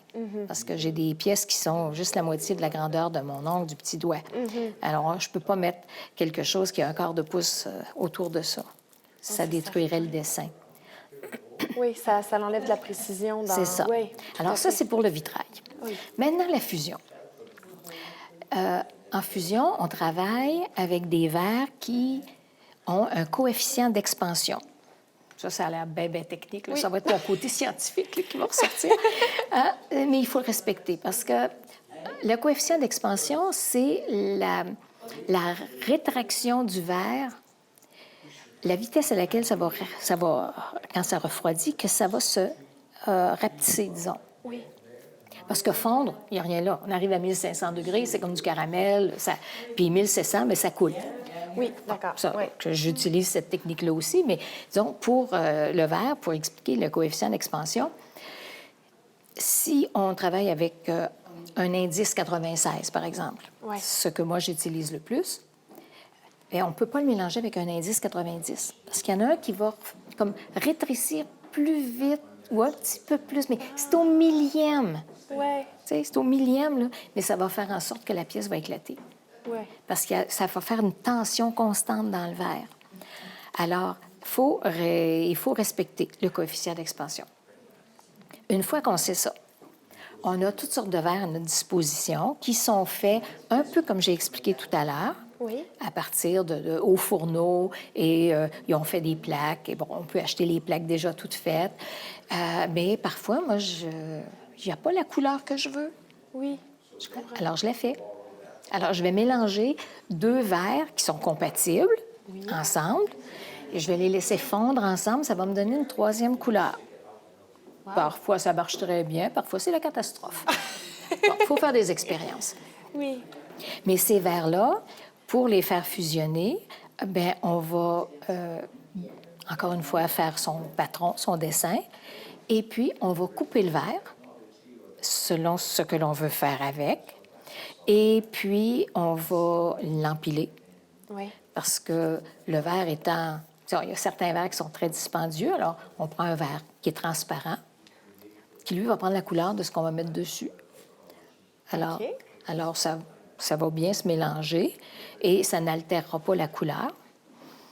Et puis, on va mettre les détails. Comme j'ai certaines pièces ici où j'ai cassé du verre en petits morceaux que j'ai rajoutés. J'en ai taillé d'autres, comme pour faire des branches, d'autres pour faire des pétales de fleurs. On dispose sur une plaque de verre Oui. et puis on fait fondre. Bon, ça peut aller, dépendamment de ce qu'on veut faire, mais une plaque qui va être uniforme, ça va être 1500 degrés. D'accord. Le verre a cette propriété de toujours vouloir avoir, encore une fois un peu de technique, 6 mm d'épaisseur. Les plaques sont de 3 mm. Alors, si on met une plaque à peu près de cette grandeur-là, de 3 mm, bien, elle va monter à 6 mm, mais elle va rapetisser. Si je mets 4 plaques de 3 mm, ça va s'affaisser, puis ça va s'élargir, parce que ça va revenir à 6 mm. OK. Alors, si on ne veut pas avoir ce problème, si on veut avoir, comme j'ai des pièces qui ont presque j'ai des pièces d'1 pouce d'épais, d'un demi-pouce d'épais, alors là, il faut vraiment les encadrer. Il faut se faire une forme pour garder. Quand on a beaucoup d'épaisseur de verre, mais là, on va monter à cette température-là, mais ça peut prendre 1 jour, 2 jours à monter parce qu'on ne peut pas dire, bon, mais comme pour le gâteau, tu sais, je mets le four à telle température, puis en 15 minutes, puis 20 minutes, 1 heure, ça va être cuit. Ça doit monter très, très lentement, faire un plateau et redescendre encore plus lentement. Alors, la plupart du temps, mes pièces, chaque cuisson dure 24 heures. D'accord. Et j'ai des pièces où j'ai une dizaine de cuissons. Oh, shit! C'est du travail. C'est du travail de longue haleine. C'est un travail de longue haleine, oui. C'est une passion. Oui. Ah oui, c'est Puis certain. là, ben, dans la fusion, l'autre, tu sais, on parlait tout à l'heure de choses que j'ai appris à faire, mais la poterie me sert à faire les moules. Si je veux faire une fleur, puis que je veux pas qu'elle soit plate, comme une planche à découper, que je veux lui donner une forme, ça me prend un moule Oui. pour faire tourner mes pétales. Une fois que je les ai dessinés, que je les ai coupés, que je les ai fait fondre, il faut que je les fasse prendre forme. On appelle ça le thermoformage. C'est former à la chaleur. Alors ça se fait autour de 1350, 1400 degrés. Ça dépend encore de l'épaisseur du verre, du type de verre. Il y a du verre qui font plus vite que d'autres. Ça, c'est des choses qu'il faut apprendre en le faisant. Oh, wow. Fait qu'il y a beaucoup de votre éducation dans cette art-là qui s'est fait aussi sur le tas.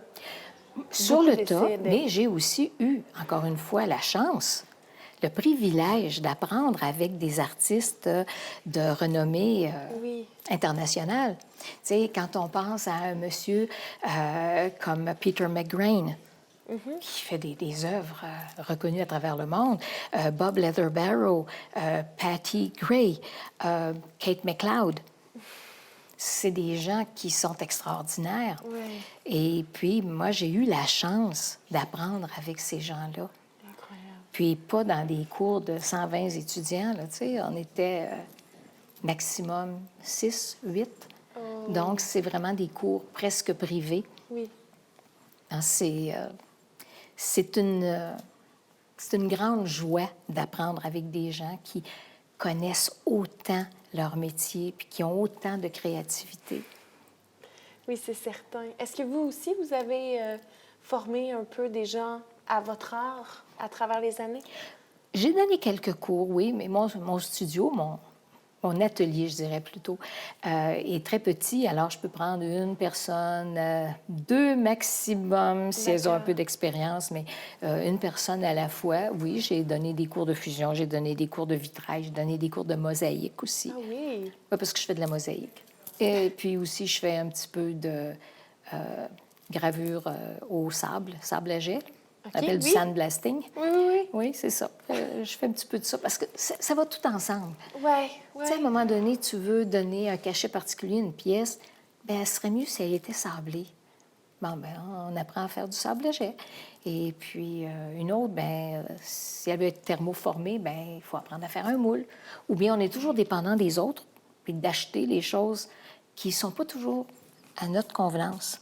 Oui. Si moi, je veux faire telle forme, ben, je veux la faire à mon idée. Oui, puis vous avez vu votre mère réussir à le faire pendant toute votre jeunesse. C'est ça. Si vous savez que c'est possible. C'est ça. Oui. Tu sais, on avait toujours un dicton à la maison, c'est si ça se fait par des gens, on est des gens, donc on est capable de le faire. Oui, tout à Tu sais, fait. ça se fait par du monde, ben on va le faire. Oui. Comment...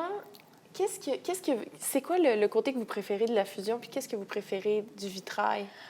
Est-ce qu'il y a un petit truc qui fait que, ça, j'aime vraiment ça quand je fais ça? Est-ce qu'on demande à une mère de choisir entre ses deux Non, enfants? c'est sûr. Non. La fusion donne beaucoup de possibilités d'un côté parce qu'on peut former les choses. Oui, Dans le vitrail, la plupart du temps, c'est plat. oui. À moins de faire une sculpture, mais là, c'est plus difficile d'avoir du 3 dimensions en vitrail qu'en fusion. Oui. Mais ça se fait. Mais disons, ce serait ça, la différence la plus marquée.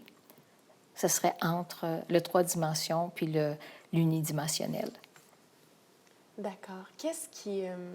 Oui, je me posais la question, c'est un peu niaiseux peut-être, mais à quel point c'est dangereux comme travail, tu sais, quand vous faites ça?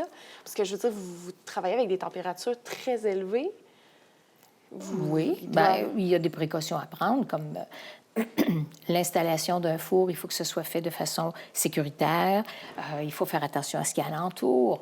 Mais ce sont des murs qui ont presque 6 pouces d'épais. Ah oui. Alors, juste ne pas aller se coller la main sur le four pendant que ça chauffe, c'est un peu chaud.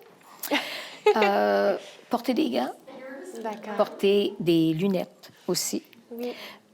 Des lunettes comme de soudeur. Oui, oui, Parce oui. que quand on ouvre le four, les éléments qui chauffent là émettent des rayons qui, à la longue, peuvent être dommageables pour les yeux. Ah bon? Bon, au niveau de la fusion, ben c'est ça, c'est les brûlures. Au niveau du verre, en général, c'est les coupures. Au niveau du vitrail, plus spécifiquement, c'est les vapeurs. Les vapeurs de plomb, faire attention à ça. Ne pas manipuler le plomb. Et puis, tu sais, on dit toujours, tu prends pas ton biscuit ou ton sandwich pour... non, on ne mange pas, on ne boit pas dans un atelier parce qu'il pourrait y avoir des particules et ça pourrait être dommageable. Et quand on fait de la fusion, bien, pour les poumons aussi, c'est dangereux parce que la préparation que l'on met en dessous de notre plaque pour qu'elle n'adhère pas à la tablette, alors soit un papier, soit... je ne me rappelle pas comment on le dit en français, j'ai pris tous mes cours en anglais, un wash. C'est un produit que l'on met, là, qu'on laisse sécher. Ça fait comme une poudre une fois que c'est cuit. bon? Une fois que la pièce est faite, le dessous devient comme de la poudre qu'on enlève pour protéger notre tablette. C'est nécessaire. Bien, ça, il faut éviter d'inhaler cette poudre-là. Donc, travailler avec les poudres comme une des pièces que je vous ai montrées tout à l'heure, ça, c'est sûr que ça prend un masque. Ouais. Ces poudres-là sont tellement volatiles qu'il faut faire attention à ce qu'on touche, à ce qu'on respire. Puis, toucher, c'est pour le plomb, mais c'est aussi pour les coupures, parce que ça coupe comme une lame de rasoir. Certaines coupures qu'on fait, là... Mais vous devez, ça doit être le genre de blessure. Vous devez vous être coupé à travers tout. Là, Oui. Oui. Mais ça doit être La blessure qui vous est le plus arrivée, sûrement? Oui, c'est des coupures. Oui. Avoir les doigts coupés, même en mettant le plomb. Pas le plomb, le cuivre autour des pièces, eh bien, on passe le doigt, puis bon, bien, c'est très fin comme feuille de cuivre. Alors, bien, on va se couper, on va... Mais la blessure la plus idiote que j'ai eue, OK. c'était de m'enfoncer une pointe de verre dans l'arrière du coude. Dans mon magasin de verre, parce que mon fer est placé dans mon atelier tout par plaque. Oui, oui, Puis oui. j'avais une pointe qui sortait, puis je ne l'avais pas bien rentrée, puis j'ai fait un mouvement par l'arrière et je me suis poignardée moi. Ouch! Oui, on dit ouch. Ah oui, hein? C'est ça. Ou bien travailler sans avoir des souliers fermés, puis avoir un morceau de verre qui rentre dans ses souliers. Oui. C'est des petites choses comme ça, là. Mais des grosses blessures, non. Se brûler, oui, en tirant le verre qui est en fusion et aller un petit peu trop près pour attendre qu'il soit refroidi, oui. Maintenant, je mets des gants. Oui, pour assurer, Oui. pour vous, pour une meilleure précaution. Disons. C'est ça. Oui. C'est toujours mieux comme ça. Oui. À l'entrée, on a eu la chance de voir brièvement un petit PowerPoint que vous avez monté pour l'exposition. Et j'ai remarqué que votre conjoint aussi met la main à la pâte. Oh oui, c'est très important parce que faire une belle pièce de verre, c'est une chose. Mais pour la mettre en valeur, ça prend une pièce pour le tenir, un support. Et mon conjoint est un spécialiste dans la soudure et puis c'est lui qui fait mes supports maintenant.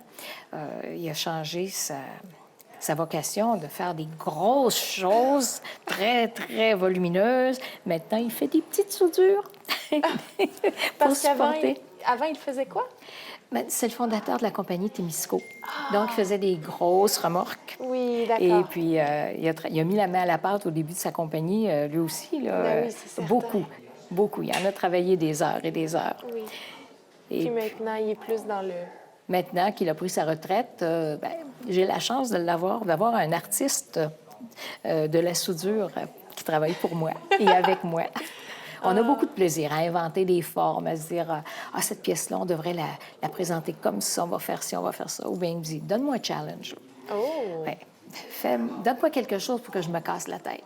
Alors, je lui ai dit tiens, fais donc ça comme la boule de papillon. Je lui ai dit je vais avoir comme un globe terrestre en tube sur lequel je vais mettre des papillons. Alors, il a fallu qu'il le fasse. Puis, comme on ne pouvait pas se servir du plafond ici pour accrocher quoi que ce soit, il a fallu qu'il me fasse un support pour tenir la boule de papillon. Ah, wow! Donc, c'est vraiment... Il y a quelque chose C'est un peu travail d'un travail d'équipe maintenant. Oui, tout à fait. Tout à fait un travail d'équipe. Puis on a beaucoup, beaucoup de plaisir. Puis on a des projets... on a des gros projets. Oui. L'arbre de Noël, ici, est fait en fusion de verre. Et il y a du verre dichroïque pour faire les guirlandes. Le reste de la pièce, ici, est faite en vitrail avec des appliqués de cuivre où on a soudé et texturé par-dessus. Et derrière, on voit ici, il y a une fenêtre, mais c'est un verre qui est transparent. Derrière, dans cette boîte qui est lumineuse, tout l'arrière est une peinture qui, elle, est faite à l'acrylique. Alors, si on vient regarder de côté ici, on va voir qu'il y a des arbres qui sont peints jusque-là. Et si on peut regarder par en dessous, ici, on va voir que il y a une première boule du bonhomme de neige, puis il y a une autre boule du bonhomme de neige et l'ombre qui... mais ça ne se voit pas. Il faut vraiment aller par-dessus pour le voir, mais moi, je voulais le faire comme ça. Alors, c'est une pièce qui est très, très complète. Disons. Oui. C'est une pièce, une œuvre cachée dans une autre œuvre. C'est ça. Ah! On a fait ces roulettes-là pour les éloigner du mur. Oui, oui, oui. Parce que sinon, c'est la lumière qui fait vivre le vitrail. Oui. Et ça change d'une intensité lumineuse ou de la couleur du ciel dehors va faire que ton vitrail va changer aussi. Ça va te donner d'autres couleurs, d'autres nuances qui sont plus belles. Comme ici, je l'ai fait avec du miroir. Oui. Du miroir doré, avec ce qu'on appelle des globes Alors, il faut faire chacune des petites billes et puis après ça, bien, on les fait fusionner plus ou moins ensemble, juste pour que ça colle. Et puis, j'ai construit un vitrail autour de ça. Impressionnant. Le héron à côté, c'est une technique dont je me suis servie pour, ça s'appelle du vitrographe, dans un petit four que je mets surélevé. Oui. J'ai un trou dans la tablette du fond et j'empile du verre dans un contenant et à 1700, 1800 degrés, le verre commence à couler. C'est liquide, c'est du caramel. Oui. Alors, je tire sur le verre ou je le retiens, je le tourne, j'essaie de faire des formes avec. Et puis, à un moment donné, bien, la surprise, oui, ça a donné la forme que je voulais, mais des pièces, on peut se servir des pièces pour faire des paysages. D'ailleurs, il y a des pièces ici où les arbres, les foins, c'est fait avec ce qu'on appelle de la vitrofusion, vitrifusion. OK. Ici aussi, ça, c'est de la fusion de verre, mais j'ai fait de la sculpture derrière. J'ai sculpté des tulipes derrière et mis des tulipes devant. Oui. Ça Vous fait avez, comment vous l'avez sculpté? avec du papier spécial. OK. Des fibres, en fait, que je taille, que je dessine, que je peux mettre là. Et puis, ça fait donner de la texture. Ah, d'accord. Wow. Et en vitrifusion, l'autre pièce que j'ai ici, ces deux-là, c'est toutes les petites queues noires, là, les tiges de coquelicot, ça se prête tellement bien parce que les tiges de coquelicot, c'est jamais bien droit. C'est toujours un petit peu incurvé. Alors, je me suis servi de mes morceaux de vitrifusion pour faire les tiges et puis découper du verre pour faire les pétales et les feuilles. Puis vous avez aussi sculpté à l'arrière. Et j'ai aussi sculpté à l'arrière, mais pas avec les mêmes produits que l'autre. L'autre est beaucoup plus encavé. Oui. Et celui-là, c'est juste comme c'est souligné. subtil, oui. On a juste changé la texture du fond. Oui. Il y a des pièces qui sont associées au Témiscamingue, comme toutes les petites pièces, les libellules et les papillons que j'ai fait sur bois de grève. Le bois de grève vient du lac Témiscamingue. Et ici, j'ai une pièce qui est intéressante. Mon mari a fait la base de métal, comme toutes mes bases de métal d'ailleurs. Je ne confierai pas mes pièces à quelqu'un d'autre. Non. Et j'ai voulu représenter ici le sol, ce qu'il y a à l'intérieur du sol, donc les minéraux, les minéraux et tout ce qu'on peut retrouver dans le sol, l'agriculture, la foresterie, ici, les forêts. Donc, ici, on a mine, agriculture et forêt. Et ici, on a les eaux avec la richesse des poissons et tout ça. Et entre les deux pièces, c'est une pierre fossile qui vient du lac Témiscamingue, qui a été ramassée ici. On voit tous les petits fossiles, les petits coquillages et les petites boules ici là, représentent un peu, ils font le pendant, disons, reprennent les formes des petits coquillages que l'on voit là aussi. Magnifique. Merci. Alors ça, c'est un morceau de travail à l'épaisseur. Oh! Et ça aussi, c'est fait tout avec des morceaux de verre que j'ai cassés. Et avec les morceaux, j'ai réussi à faire des fleurs, faire fondre, Ça faire le rend un moule. peu à la mosaïque, rendu Oui. comme technique, ouais. Oui, ça fait un peu comme de la mosaïque, mais intéressant. ces pièces sont fondues l'une dans l'autre. Et cette pièce-ci, ça, c'est tout fait avec des poudres de verre. Parce que le verre, on le trouve en plaques, on le trouve en petits morceaux, on peut faire des globes avec, là, des petites billes, mais on l'a aussi en poudre. Oui. Alors, de façon à réaliser une pièce comme celle-là, il faut faire, on parlait tout à l'heure de dessin qu'on fait plusieurs fois, il faut faire tous les caches positifs et les caches négatifs. OK. Parce qu'avec la poudre de verre, donc ici, j'ai un peu triché, j'ai mis 2 couleurs à la fois. J'ai mis du plus pâle et j'ai mis du foncé, mais c'est tout ce que j'avais d'apparent, c'était ça. OK. On ne touche plus, parce que il faut même pas éternuer. Ah oui, parce que la d'accord. poudre s'envole, c'est très, très volatile. Alors, on peut faire quelques pièces. Disons, on peut en faire un peu là, un peu là. On place notre poudre, on fait cuire. Le lendemain, là, ben, j'ai rajouté cette partie-là Ouais. et j'ai refait cuire. À chaque couleur, à chaque étape, c'est pour ça que c'est un peu comme en 3 dimensions. Oui. Ici, j'ai mis du pâle et après, j'ai entouré avec du foncé pour faire comme un effet de lumière pour donner l'aspect que c'est rond. Ouais. Avec un peu de rouge pour faire ressortir le vert alentour. J'ai fait le même processus ici. Et puis, une fois que c'est vraiment le résultat qu'on voulait faire, alors là, il y a des petites lignes, toutes petites. Hein? Alors, celle-là, je prends la poudre, je la mélange avec un médium. Là, on a le choix de plusieurs médiums. Ça part de l'huile de lavande et ça va jusqu'au à l'aloès. OK. Ouais. Et puis le fixatif à cheveux. On sort un peu de tout. Et puis, je fais une espèce de pâte avec, assez liquide quand même. Et là, je vais faire des traits. Là, on utilise toutes sortes d'ustensiles pour faire ça. Ça peut être une lame de couteau, une spatule, un petit bâtonnet de bois. Et quand c'est sec, c'est sûr que c'est trop large. C'est pas ça que je voulais, je vais avoir des fines lignes. Alors, on reprend patiemment son petit morceau de bois et on fait ce qu'on appelle de la scriptographie. D'accord. C'est-à-dire qu'on va enlever, comme avec une petite pointe, ce qu'on ne veut pas avoir. Alors, une fois qu'on a débarrassé de l'excédent, on fait recuire, on regarde, et puis si ça nous plaît, ben, c'est fini. Sinon, ben, on rajoute encore. Avec la scriptographie aussi, ce qu'on peut faire, c'est juste mettre un paquet de poudre sur une plaque de verre. Ouais. Et là, avec des instruments comme un petit bâtonnet, une pièce rigide, couteau, n'importe quoi, en tout cas, qu'on peut utiliser, mais pas un pinceau. Parce que les poils prennent dans la poudre et on n'a pas de bons résultats.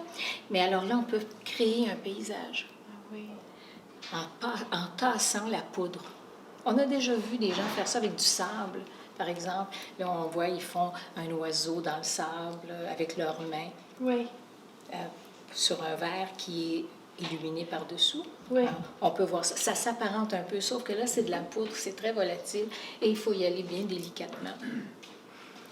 Et ici, cette pièce-là, très intéressante parce qu'elle est faite en plusieurs étapes, mais chacune des petites billes doit être faite de façon à être prête quand on va faire l'assemblage. Alors, on commence par faire nos petites billes, une par une. Ouais. Et ces petites billes-là commencent toutes par des petits carrés. Ouais. En cuisant à 1500 degrés, elles deviennent rondes et deviennent 6 mm. Une fois que ces billes-là sont faites, on va préparer notre base et toute base va commencer à être plate. Ouais. On cuit, on fait notre cuisson de base avec une base d'un certain verre que j'ai pris. On voit qu'il y a une différence ici. Oui. Et un autre verre que j'ai mis par-dessus, sur lequel j'ai mis de la poudre de verre pour donner un reflet, pour donner une petite couleur. Oui, oui, Dans ce cas-là, c'est un mauve. Alors, première cuisson, on a notre base.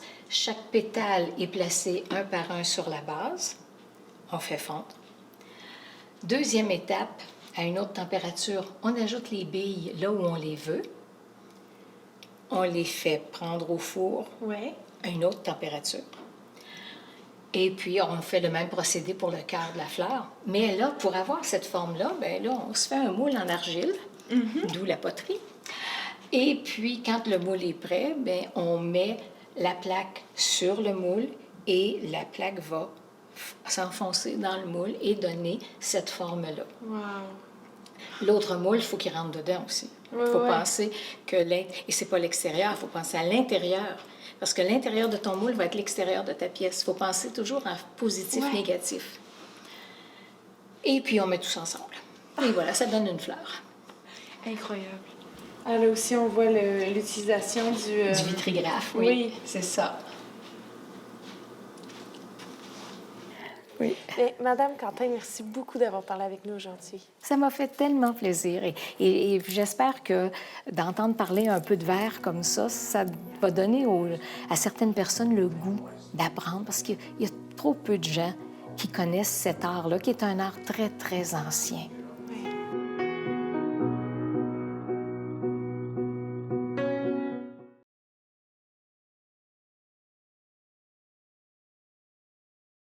Ici, c'est du manganèse qui a été utilisé pour faire le verre violet. Ouais. Et du cuivre pour faire le verre qui est vert. Puis là, il y a d'autres mélanges aussi.